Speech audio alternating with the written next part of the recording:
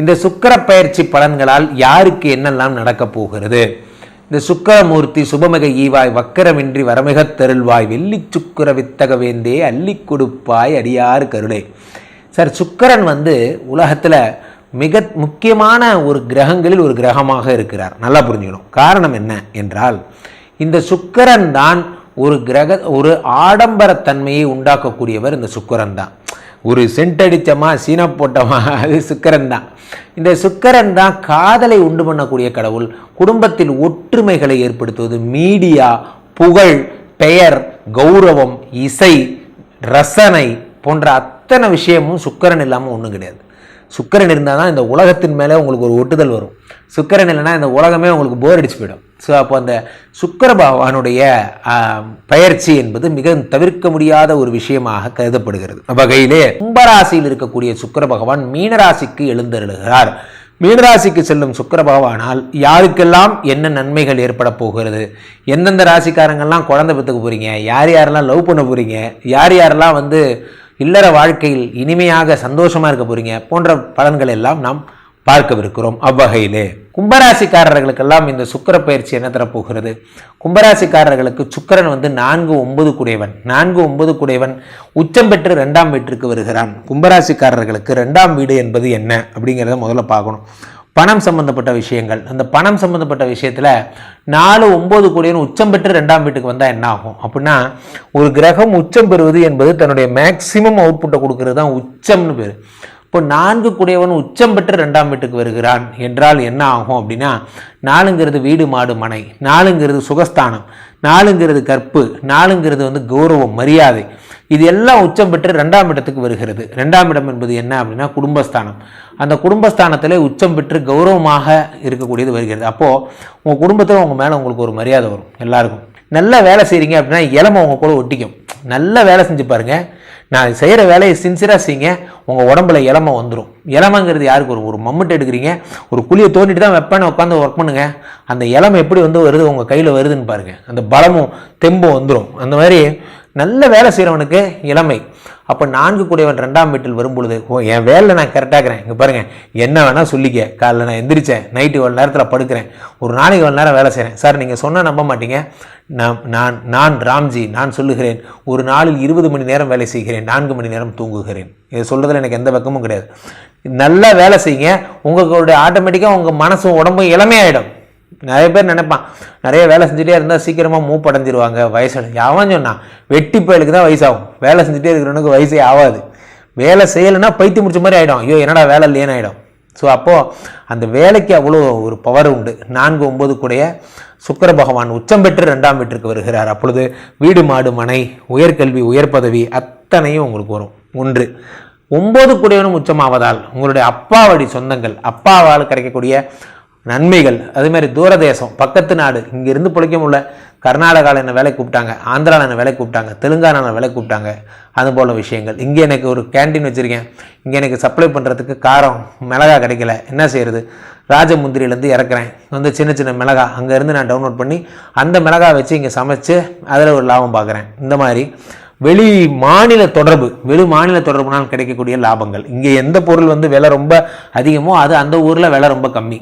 அந்த கம்மியான பொருள் இருக்கிற நிலத்துலேருந்து வாங்கி அதிகமான இடத்துல விற்கிறது போன்ற பிஸ்னஸ்லாம் உங்களுக்கு வரும். 4-9 கூடியவன் 2ஆம் வீட்டில் இருந்தாலும் சுக்கிர பகவான் உங்களுக்கு பாதகாதிபதி என கெடுதலை மட்டுமே செய்பவன் என்பதால் 2ஆம் இடம் என்பது வாக்குஸ்தானம் என்பதால் அந்த வாக்குஸ்தானத்தில் 4-9 கூடியவன் அமரும் பொழுது உங்களோட வார்த்தைகள்னால உங்களுக்கு பிரச்சனைகள் வரும். பார்த்தீங்கன்னா என்ன ஆகும் அப்படின்னா, எங்கே போயிருந்தீங்க, நானும் என் ஃப்ரெண்ட்ஸும் அப்படியே நாங்கள் சென்னையெல்லாம் சுற்றினோமே அப்படிங்கிறது. இது நீயும் உன் ஃப்ரெண்ட்ஸுமா எத்தனை பேர் போயிருந்தீங்க?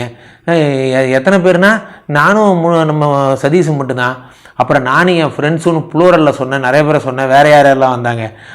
இல்லைம்மா நாங்கள் 2 பேர் தாம்மா போனோம். சொல்லும் போது அப்படி தெரியாமல் சொல்லிட்டோம்மா, ஒரு ரோலிங்கில் ஏன் இப்படி பேசுகிறேன்னு எனக்கே தெரிலம்மா. அந்த மாதிரி நீங்களே வாண்டடா அதுக்கு ஒரு 1/2 மணி நேரம் உங்களுக்கு ஏற்றுன்னு விடும். நீ எதையும் என்கிட்ட மறைக்கிற, உண்மையை சொல்லு. சதீஷ் மட்டும் அவன் கூட வரல, அவன் கூட சேர்ந்து கல்பனா அவன் கூட வந்திருக்கிறா. கல்பனாலாம் சத்தியமாக கூட வரலம்மா, சொன்னால் நம்புமா? இல்லை முடியாது. அதான் அந்த மீனிங்கில் தான் நானும் மற்றவங்களும் பொதுவாக சொல்லியிருக்கேன். பொதுவாக சொன்னால் அதுக்காக பொம்பளை பிள்ளை வந்துச்சுன்னு அர்த்தமா? இந்த மாதிரி நீங்கள் ஒன்று சொல்ல போக அது ஒன்று ஆக, அப்போது நீங்கள் என்ன பண்ணணும் அப்படின்னா வார்த்தைகளில் ஜாக்கிரதையாக பேசணும். 2ஆம் இடம் அப்படிங்கிறது என்ன அப்படின்னா உங்களுடைய வாக்குஸ்தானம். உங்களுடைய வாக்குஸ்தானம். சில பேர் கேட்பாங்க, ஏதாவது எங்கடா போகிற, ஏண்டா சொட்ட பல எங்கே போனாலும் ஒரு சொல்லிட்டு தான் போகணும். அந்த வார்த்தையை உங்களால் கண்ட்ரோல் பண்ண முடியாது. கண்ட்ரோல் பண்ண முடியாமல் படக்குன்னு கேட்டுருவீங்க அவனை. இப்போ நான் உன்னை என்ன கேட்டேன், எங்கே போகிறேன்னு தானே கேட்டேன். இந்த மாதிரி அவன்கிட்ட நீங்கள் இங்கே போகிறேன்னு சொல்லாமல் இருக்கலாம், இல்லை சொல்லலாம். அதுக்காக இப்படி சொல்லணுமா, அந்த வார்த்தையை சொல்லணுமா? நீங்கள் உங்கள் வாய் சும்மா இருக்காது. என்ன பண்ணுவீங்க, இவன் வேற ஒருத்தன் எங்கே போனாலும் இளவெடுக்க சொல்லிகிட்டே இருப்பான், ஏதோ ஒன்று சொல்லிடுவீங்க, அது அவன் காதிலே விழுந்துடும். சார் நிறைய நேரங்களில் பிரச்சனை என்னென்னா நம்ம யாரும் இல்லைன்னு நினச்சி திட்டுறவங்க காதிலே விழுந்துடும். அதுக்கப்புறம் தான் உங்களுக்கு இருக்குது. நம்ம மேனேஜர் சிட்டுக்குருவின்னு சொன்னது மேனேஜர் காதில் உழுவாத வரைக்கும் உங்களுக்கு வேலை இருக்குதுன்னு அர்த்தம். நீங்கள் மேனேஜர் சிட்டுக்குருவின்னு சொன்னது மேனேஜர் காதில் மட்டும் உளுந்துருச்சு, மவனை செத்த நீ அடுத்த நாள் காலிலேருந்து உண்மையிலேயே சிட்டுக்குருவி என்ன பண்ணுங்கிறத அவர் காட்டுவார். ஸோ அதனால் பட்ட பேர் வைக்கிறது, இந்த சேட்டை பண்ணுறது, இதெல்லாம் உங்கள் ஃப்ரெண்ட்ஸோடு வச்சுக்கிங்க. நம்ம ஃப்ரெண்ட்ஸ்லேயே சில பேர் இருப்பான், நமக்குன்னே சில பேர் கேரக்டர் வருவாங்க. அவனை நம்பி நம்ம பேச போக அவன் போய், சார் பாருங்க சார் உங்களுக்கு நல்லா தானே சார் பழகுறீங்க, அவன் உங்களுக்கு சிட்டுக்குருவின்னு பேர் வச்சுருக்கான் சார். அந்த ஆள் என்னமோ அவன் வாங்காத மானங்கிட்ட கேள்வியே கிடையாது, வீட்டில் அவ்வளோ திட்டு வாங்கியிருப்பான். நம்ம சிட்டுக்குருவின்னு சொன்னதுனால தான் அவருக்கு மானம் போயிருச்சான் அவருக்கு. உடனே நம்மளை அந்த திட்டுவான் அந்த ஆள். ஸோ அதனால் என்றைக்குமே ஒரு வேலைக்கு கிளம்புறோம் போகிறோம் வரோங்கிறது ரொம்ப ஜாக்கிரதையாக காலங்காத்தால் எந்திரிச்சு இவனுங்களுக்கு மத்தியில் இந்த உசுரை காப்பாற்றிக்க எவ்வளவோ போராட வேண்டியிருக்கு. அவனுக்கு ஏற்ற மாதிரி பேசி பொழைச்சிக்கிறது உங்களுக்கு நல்லது. இந்த 9 கூடிய பாதகாதிபதியே 2ஆம் வீட்டில் வரும்போது என்ன ஆகும் அப்படின்னா, நீங்கள் ஒன்று சொல்ல போக அது ஒன்று புரிஞ்சுக்குவாங்க. நீங்கள் என்னமோ சிங்கிள் மீனிங்கில் தான் பேசுனீங்க, அவங்களே சார் பேசும்போது டபுள் மீனிங்கில் பேசுகிறார் சார் அவர் அப்படின்ட்டுருவாங்க. டபுள் மீனிங்கா, நான் என்னம்மா டபுள் மீனிங்கில் பேசுகிறேன், ஒரே மீனிங் தான்மா. உங்களுக்குன்னே அந்த பேர் வரும், சார் அவர் பேசுகிறது எல்லாமே இரட்டை அர்த்தத்தில் இருக்குது சார். இரட்டை அர்த்தத்தில் இருக்கா, அப்படி என்ன நான் இரட்டை அர்த்தத்தில் பேசிட்டேன் அப்படின்னு. உங்களுக்கு ஒற்றை அர்த்தத்திலே பேச தெரியாது, இதில் இரட்டை அர்த்தம் வேறு. ஸோ அப்போது தேவையில்லாத வீண் பழி போன்றவை எல்லாம் ஏற்படும். 2ஆம் இடம்ங்கிறது நீங்கள் போய் மேனேஜர்கிட்ட சொல்லுங்கள், சார் வேணாம் சார் இந்த வேலை நமக்கு வேணாம் சார் அப்படிங்கிறீங்க. அதை அழகாக சொல்லணும். எப்படி சொல்லணும், நம்ம கம்பெனிக்கு இந்த வேலை செட் ஆகாது சார்னு சொல்லியிருந்தீங்கன்னா அவருக்கு புரிஞ்சிருக்கும். இந்த வேலை வேணாம் சார்னு சொன்னோன்னா அவர் என்ன நினச்சிக்கிட்டாரு, உங்களுக்கு இந்த வேலை வேணாம்னு நினச்சா அப்படின்னா கிளம்பணும் உங்களை வேலை விட்டு அனுப்பிடுவார். ஸோ நீங்கள் பேசுகிறத அடுத்தவனுக்கு புரிகிற மாதிரி பேசுங்க, அதான் முக்கியமான விஷயம்.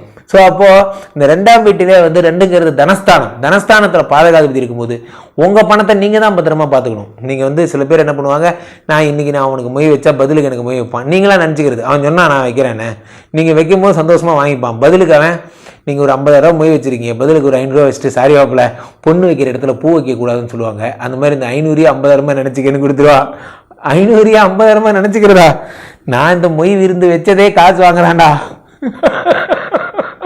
இவனுங்களை நம்பி நீங்கள் மொய் விருந்து வேறு வச்சிங்க பாருங்க.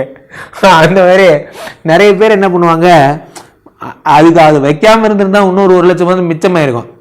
இவனுங்க ஒரு ஆளுங்கன்னு இவங்களுக்கு மொய் விருந்து வேறு வச்சு. ஸோ அப்போ நீங்கள் என்ன பண்ணுறீங்கிறத யோசிச்சு பண்ணுங்கள். இவெல்லாம் தருவான் இவெல்லாம் தரமாட்டான் அப்படிங்கிற ஒரு கேட்டகரி மனசில் வச்சுக்கிட்டு நீங்கள் எந்த விழானாலும் பண்ணுங்கள். ஸோ கும்பராசிக்காரர்கள் பண விஷயத்தில் சர்வ ஜாக்கிரதை இருக்க வேண்டும். கீழே போயிட்டு இருக்க இந்த 2 நம்பரை கூப்பிடுங்க. உங்களுடைய சொந்த ஜாதகத்தை புக் பண்ணி பார்த்து கொள்ளுங்கள். உலக புகழ் வாய்ந்த நமது ஸ்ரீமடத்தில் தினசரி நடக்கின்ற விஷ்ணுமாயா ஹோமங்களில் நீங்கள் உங்கள் ராசிக்கு என்ன ஹோமோ அதை நாங்கள் பண்ணித்தரோம். அதே மாதிரி மார்ச் 29ஆம் தேதி நடக்க இருக்கின்ற மாபெரும் சனிப்பெயர்ச்சி யாகத்தில் திரளாக கலந்து கொள்ளுங்கள், அணியாக கலந்து கொள்ளுங்கள். அத்தனை பேரும் யார் யாரெல்லாம் கலந்துக்கிறீங்களோ ஃபோன் பண்ணி உங்கள் புக்கிங்ஸ் சொல்லுங்கள். மீண்டும் ஒரு நல்ல பதிவில் சந்திப்போம். நன்றி, வணக்கம்.